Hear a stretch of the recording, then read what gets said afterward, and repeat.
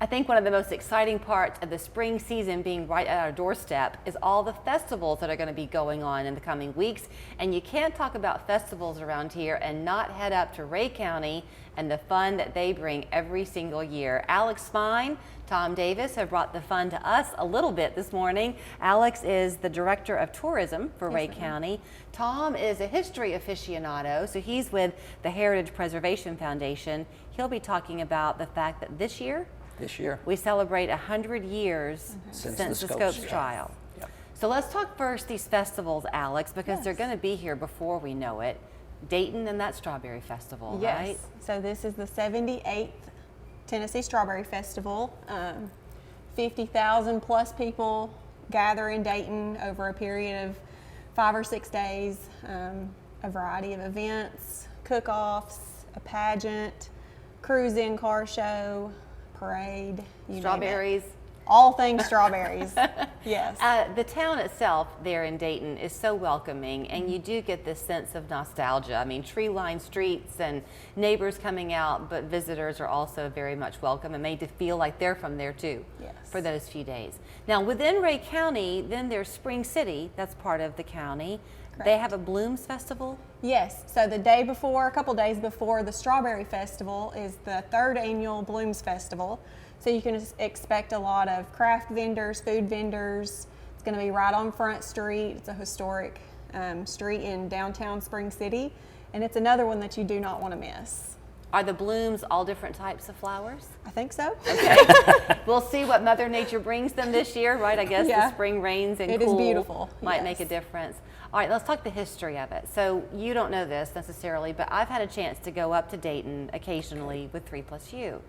And we did kind of like an hour-long profile, I think, of the city, and we got to go in the courthouse. That's pretty special.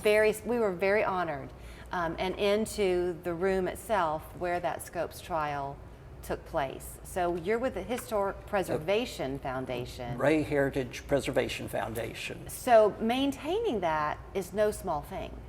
Well, that's a county project, and they're working on that. They've done a good job this year of really restoring the room, the courtroom, and we're excited to see how that's going to play with our play and our activities that we have going on this year. So what do you have going on? Because I know you're starting now, you're not waiting for July. Well, on March 21st, 1925, Governor Austin Peay signed the Butler Act, which really was the foundation for the trial, you might say.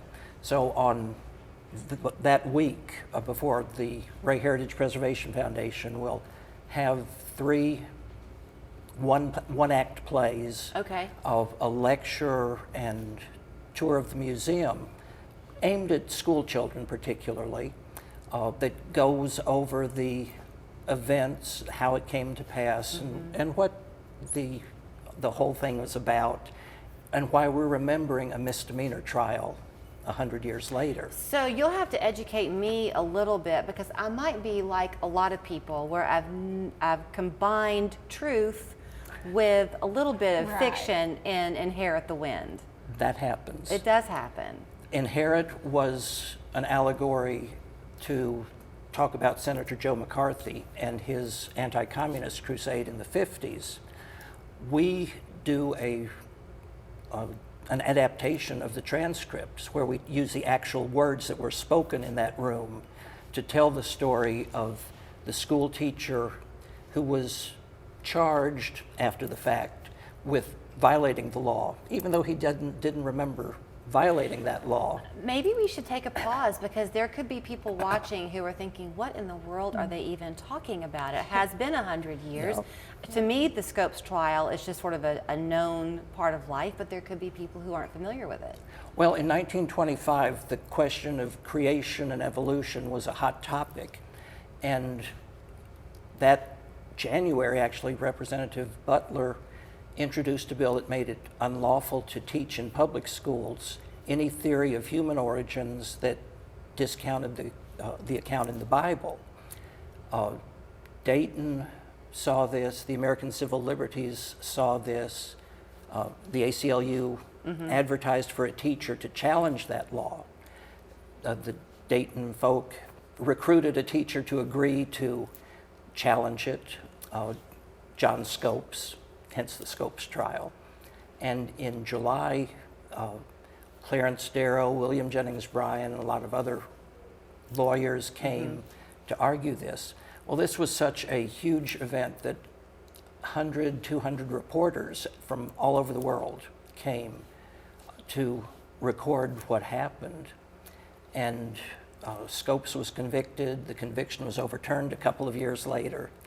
But that really put Dayton on the map. It did put Dayton on the map, and it changed the conversation point in the country as well. So what happened in Dayton impacted so many. The whole country. Right.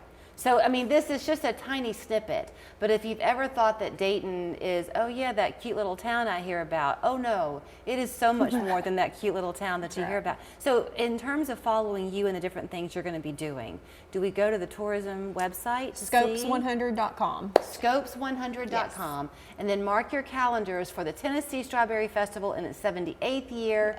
The third year for the Spring City Blooms Festival. March through June, though, is all these observances, I guess we should say, of the Scopes trial. Yes. Thank you. Thanks for having us. Yeah, thank you so much.